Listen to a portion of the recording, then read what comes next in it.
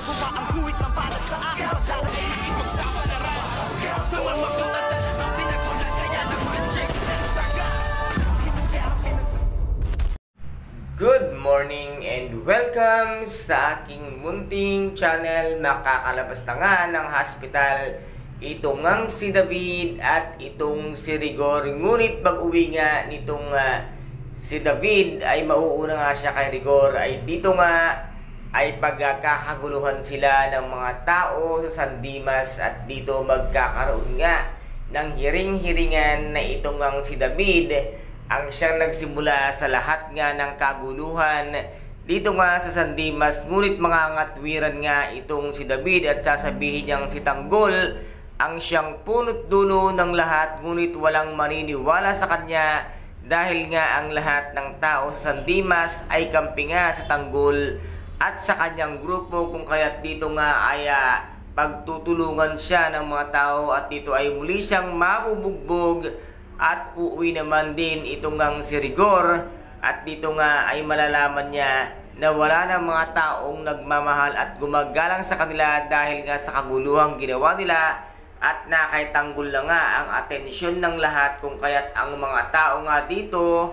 ay magsisipag-aklasan at gagawa nga sila ng isang petisyon para nga palayasin ng San Dimas ang mag-ama, kung kaya't dito nga ay magiging pulubi ang mag-ama at wala na nga silang matitirhan, at kakausapin nga din nito ngang si Mayor Alberto Guevara, si kapitan ng San Dimas, at sasabihin niyang ayusin ang kaguluhan sa kanyang lugar at barangay. Kung hindi nga niya ito maaayos ay tatanggalin siya bilang isang kapitan, kung kaya't ang gagawin nga nito ngang si Kap ay kakampihan niya ang mga tao upang patalsikin sa San Dimas ang mag-amang demonyo, kung kaya't dito ngayon ay mas lalong mahihirapan ang mag-ama. At dito naman ay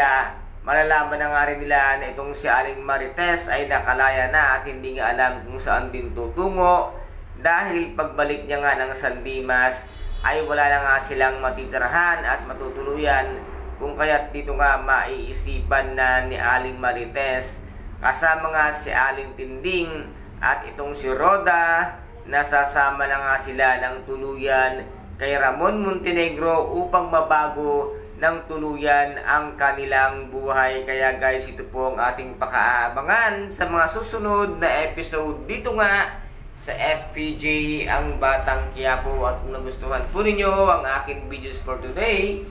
paki-subscribe na lamang po ng aking channel, paki-like and share para maging update kayo sa lahat ng gagawin kong videos. Maraming salamat po. Ingat, God bless, and bye-bye!